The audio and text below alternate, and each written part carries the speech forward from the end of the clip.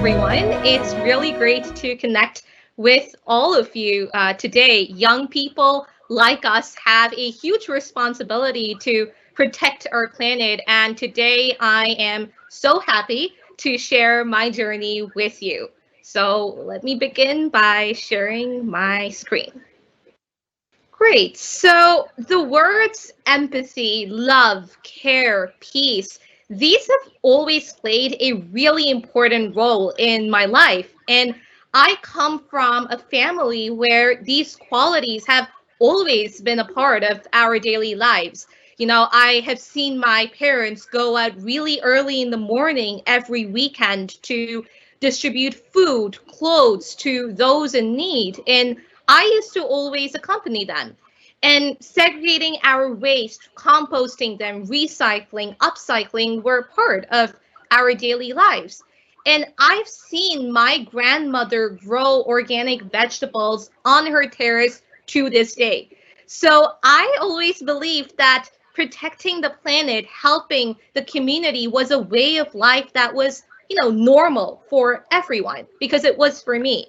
But my bubble burst at the age of 7 when I saw this picture of a dead bird with its stomach full of plastic. And I had sleepless nights because my curious 7-year-old brain kept me awake with the thoughts of the bird's pain and agony before it died. And it kept telling me that there was something very wrong in this image.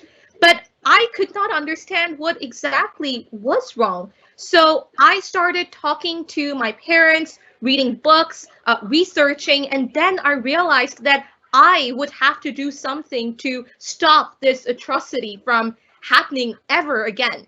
So then I started speaking to my friends, to shops, restaurants, beauty salons, talking to them about why they should not use plastic, why they should save water, segregate their waste.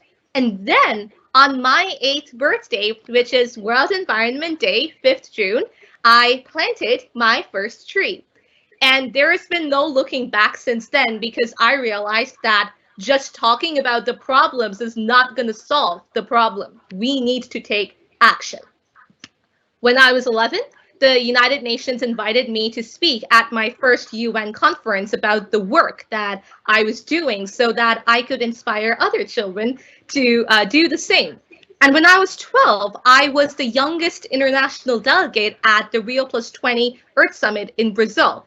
And over there, out of the 50,000 delegates, I was one of the very, very few children below 18. And ignoring children in such an important process did not sit well with me at all. And hence, on my return home, I founded Green Hope Foundation so that children and young people could have a platform for action through which they could become eco-warriors. We started with just 5 friends, and today I'm so happy to say that we have more than 140,000 people working with us across 25 countries. We've planted over 142,000 trees worldwide, planted over 5,000 mangroves in Suriname, Indonesia, the UAE, the Bahamas, cleaned up over 200 beaches, parks, ravines, canals, worked on sea and river turtle conservation across the world, from Seychelles to Canada. We are strong advocates of growing your own food, especially during this pandemic. And we've conducted over 225 education for sustainable development academies.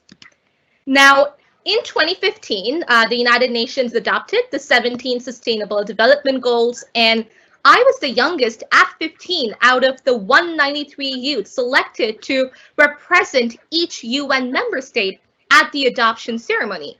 And I realized then that the work Green Hope Foundation does was exactly what the SDGs mandated. And all we had to do was connect our projects to each of the SDGs. So the overarching aim of the Sustainable Development Goals is to leave no one behind and ensure a life of dignity for all. Hence, we work not only in urban areas, but in the rural areas and villages as well, with children of the marginalized communities who have no access to education. They don't have clean drinking water, no sanitation or toilets, no electricity. So what we do is that we educate the children in these communities through education for sustainable development, working with them to come up with solutions to solve their local challenges. And since most of these children don't go to school, we use eco-fashion, sports, writing, art, dance, music, and drama to spread awareness so that we can really touch their hearts. And we teach them how to plant trees, how to grow their own food, how to compost. We distribute livestock to them, so hens and ducks, so that they can learn to love nature. We've installed solar panels in a town in Liberia so that they can have light at night to study and safe spaces. And we've built toilets in the villages of Bangladesh, as well as deep bore tube wells and rainwater harvesting systems, so that the people of the village can have clean, arsenic-free water. And my journey with Green Hope Foundation has proven to me that you're never too young or too old to make a difference. And at Green Hope Foundation, we always say that our future is in our hands. So don't wait for someone else to come and tell you to protect the planet.